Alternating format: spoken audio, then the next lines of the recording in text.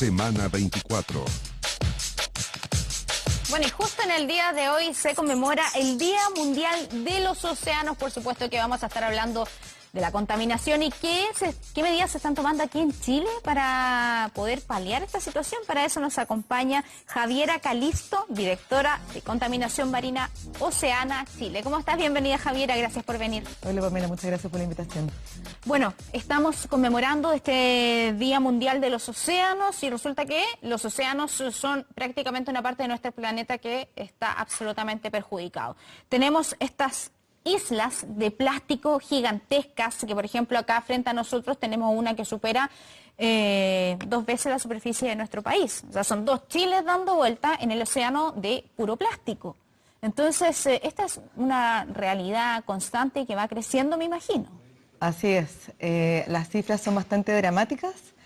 Hoy en día, al año, 8 millones de toneladas se depositan o llegan al océano de plástico. Eso es una primera cifra bastante dramática.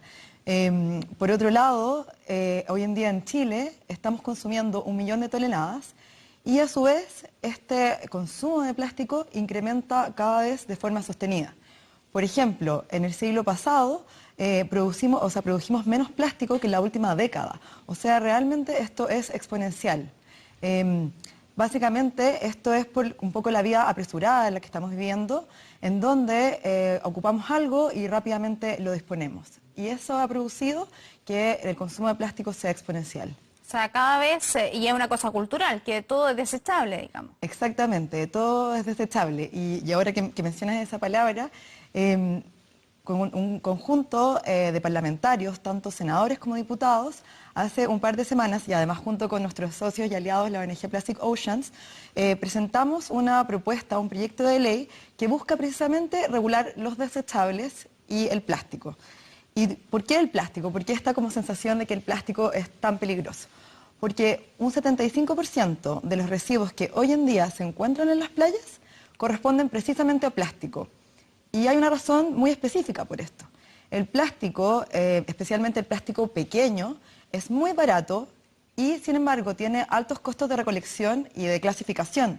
Entonces, por lo tanto, su reciclaje es muy difícil. En la teoría, es posible reciclar, pero en la práctica esto es muy difícil porque hay muy pocos incentivos económicos para que una empresa o un recolector de base busque cada uno de estos productos pequeños, que son, por ejemplo, los cubiertos, las tazas, las botellas pequeñas, los revolvedores de café, las bombillas. Todos esos productos difícilmente podrían entrar a la economía circular a través del reciclaje, sino que la forma de combatirlos y prevenir que esto llegue a nuestros océanos es mediante la prevención en la generación de estos residuos, y eso se logra a través de la reutilización. O sea, por lo tanto, que si vamos a un restaurante, que si vamos a una cafetería, que si vamos a un bar, nos entreguen cualquiera de estos productos, pero de materiales reutilizables. O sea, claro. O a veces se entregan vasos de papel. Exacto. Versus el vaso de Plumavit. Claro, la Plumavit es como el clásico ejemplo del plástico que presenta graves impactos y problemas para el medio ambiente. ¿Y por qué? Aunque no lo pensemos, aunque no lo creamos, la Plumavit puede ser reciclada. Sin embargo, es muy liviana, entonces se requieren de altos volúmenes. Entonces, por ejemplo, si recolectáramos la Plumavit, tendríamos que tener un espacio gigantesco para poder tener en el fondo este recurso guardado. Y a la vez, por otro lado, se fragmenta muy rápido. No sé si has visto esas pelotitas de Plumavit que se crean. Bueno, lo que ocurre con las especies marinas y costeras es que ellos confunden el Plumavit con comida. Claro. Y al ingerir el Plumavit, lo que produce es que tengan en el fondo subalimentación, porque se están alimentando de algo que obviamente no le entrega nutrientes, y por lo tanto sea muy difícil que puedan reproducirse, y por lo tanto, en definitiva, esto genera un gran impacto a la biodiversidad. De hecho, según, no sé si me equivoco, pero estábamos viendo una centolla en imágenes. Bueno, ahí estamos viendo la típica basura que la gente bota ahí en cualquier lugar, pero había fauna marina que se traga el plástico y después es capturada, se la come uno, entonces finalmente uno también llega a tener plástico en la sangre. Exacto, y eso de repente uno piensa que pasa en otros países, pero estudios de Oceana ya han comenzado a dar registros de que langostinos en la Patagonia Austral de Chile ya tienen algún número relevante de plástico en sus sistemas digestivos. Por lo tanto, también tenemos que entender que este es un problema que no es ajeno a Chile, sino que lo tenemos hoy en día aquí presente. Y este proyecto de ley que comentas tú va, como lo decías, va a la reutilización, pero también me imagino que a desincentivar su uso. Exacto. La idea es que cuando uno se siente en un restaurante, te entreguen todos estos productos que mencioné antes, o sea, estos plásticos pequeños. De un solo uso. De un solo uso, esa es la palabra que más conocía, estos plásticos de un solo uso que sean entregados a través de materiales reutilizables, o sea, madera, vidrio, loza, o sea, los productos que ya existen en el mercado y que han ocupado nuestras abuelitas, que han ocupado nuestro papá y que nosotros también conocemos. O sea, no tenemos que inventar la rueda para dar solución a este problema. Pero también hay otra parte, que es la comida delivery, que, claro, está muy de moda, que es muy fácil pedir comida y que llega a tu casa. Bueno, el proyecto lo que en el fondo propone es que cuando te den estos productos que van a tener que ser desechables, te lo entreguen de materiales distintos al plástico, o que son en el fondo papel, cartón, que tienen cifras de reciclaje mucho más altos y que también pueden ser muchos de ellos compostados. Entonces ahí también tenemos una solución interesante. Y por otro lado, que si te van a dar plásticos, sean plásticos regulados. Pero tienen que ser plásticos regulados ¿de qué forma? Que cumplan con 3 requisitos muy exigentes. El primero es que no vengan de petróleo. Hoy en día las cifras son clarísimas y establecen que para el 2050, ese año que es como el año que sea casi el fin del mundo, sí, porque hay muchas cifras bien dramáticas para ese año, se espera que un 22% del petróleo que es explotado en el mundo sea utilizado para la generación de plásticos. O sea, es un porcentaje bastante importante. Entonces, por lo tanto, el plástico que se entregue no puede provenir de petróleo, sino que tiene que venir de fuentes renovables.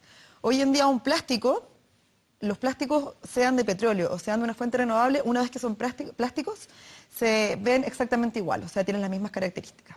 El segundo requisito es que se degraden en ambientes naturales. ¿Qué ocurre? Que si un plástico llega al mar o llega, por ejemplo, a un parque o llega en el fondo a cualquier lugar, se pueda degradar en condiciones naturales. No es la idea estar tirando las cosas al mar, claro. no de ninguna forma, pero como estos plásticos son pequeños, lo que ocurre es que se vuelan, se colan y llegan naturalmente al mar. Entonces, si es que eso llegase a ocurrir, la idea es que se degrade en un plazo de 180 días. Y el tercer requisito es que en este proceso de degradación natural no deje tóxicos en el ambiente en que se degrada. Básicamente esos son los 3 requisitos que exigimos a estos nuevos plásticos modernos, distintos y que en el fondo se distinguen y no producen los daños que los plásticos tradicionales están generando hoy en día. Ahora, ¿cuán difícil es para un productor de plástico cambiar lo que estaba haciendo por hacer estos plásticos que dices tú que tienen que tener estas 3 condiciones? Porque me imagino que también influye en el costo. Sí, sin duda influye en el costo, pero un costo que no se está considerando es que hoy en día, en la actualidad, se calcula que alrededor del mundo 2.5 trillones de dólares se gastan en limpiezas de playas, se gastan en pérdida de pesquerías. Recordemos que cuando los peces ingieren, dejan de reproducirse y por lo tanto esto además afecta a las pesquerías.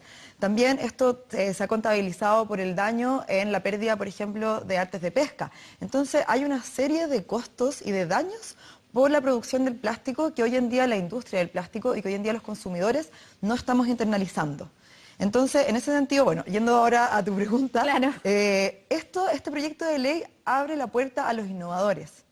Hoy en día, en Chile y alrededor del mundo, está lleno de nuevos proyectos que buscan encontrar estos materiales que son más innovadores. Sin embargo, en la actualidad, en el escenario actual normativo, están compitiendo con el plástico. ¿Qué significa eso? Están compitiendo con un producto demasiado barato. Entonces esto hace que los innovadores, que esta gente visionaria que está creando productos mucho más amigables para el medio ambiente, no tengan un espacio. Entonces, mientras más producción de estos nuevos productos tengamos, más van a bajar sus costos y más van a tener espacio para que efectivamente no cueste tanto. Al principio va a costar un poco más, pero la idea es que mientras más espacios abramos de esto, van a disminuir los costos y van a ser en el fondo más asequible para todos. ¿No existe la posibilidad que volvamos al pasado y eliminar el plástico definitivamente y volvamos al vidrio? La verdad es que el plástico tiene características positivas, pero la principal característica negativa es cuando el plástico, un producto que puede durar por cientos y cientos de años en el ambiente, lo ocupamos de forma, en el fondo, desechable. Pensemos que una botella de plástico dura alrededor de 500 años en fraccionarse y finalmente desaparecer del medio ambiente. Pero cuando tomamos una botella de agua, ¿cuánto rato la consumimos? ¿10 minutos? ¿5 minutos si tenemos mucha sed?